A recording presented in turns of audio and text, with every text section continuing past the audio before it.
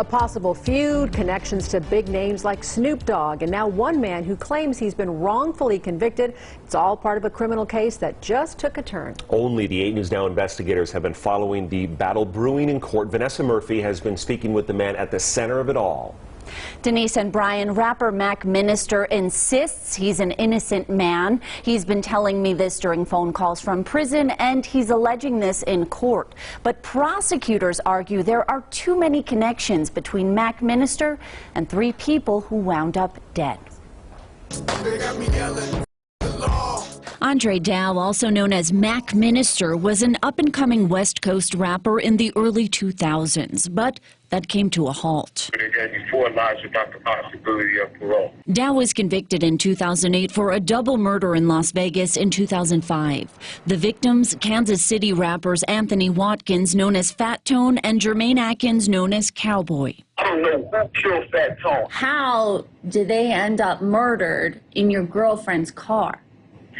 I don't have no answer for that. I just want to make a record. He testified against my client in trial. I know. As attorney Robert DeMarco argues for Dow's freedom, the 8 News Now investigators have been following closely. One major development, this witness who testified against Dow now says he lied. It's been under conscience and you deeply regret making the false testimony and statements against Mr. Dow, correct? Correct. Mr. Lateef Gray, please. A former San Francisco prosecutor who knew Dow growing up heard him proclaiming his innocence on a podcast and decided to look into the case. Do you believe he's 100% innocent? I do. Based on this evidence, I do. Lateef Gray says he uncovered information about witness Antoine Mouton, a convicted pimp with a lengthy criminal history.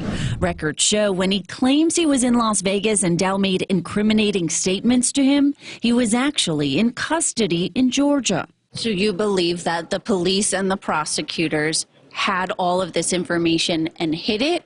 Or what are you saying? They definitely had. Sometime prior to that December 5th. Clark County Chief Deputy District Attorney Mark DiGiacomo mentioned a date during Dow's murder trial in reference to that supposed conversation between Dow and Mouton in Las Vegas.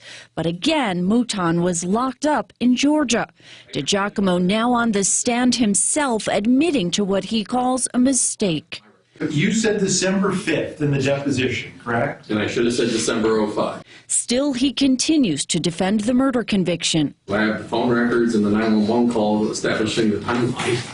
In 2004, Bay Area rapper Mac Dre was killed in Kansas City. There were rumors, which police said were false, that Fat Tone did it. Dow claims he didn't think so. In 2005, he invited Fat Tone to Las Vegas to meet Snoop Dogg. Dow is seen leaving a casino with Fat Tone and Cowboy. He claims they went their separate ways. I don't know where they went, but he says he has some business to handle. The bodies of Fat Tone and Cowboy found near a construction site. A car which prosecutors argue was connected to the scene found torched in California 2 days later.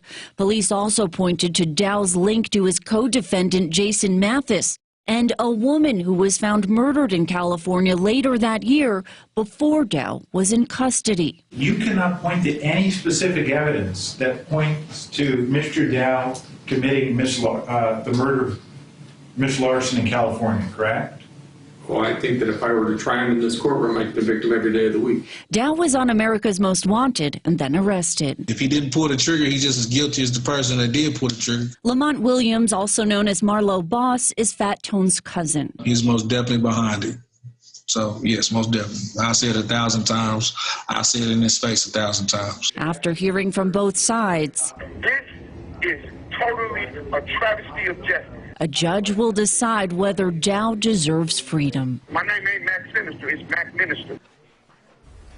Prosecutors argue key witness Antoine Mouton may have felt pressured to recount his story, but Mouton and his father, who also testified, claim he just wanted to do the right thing. That decision from the judge could come any day now.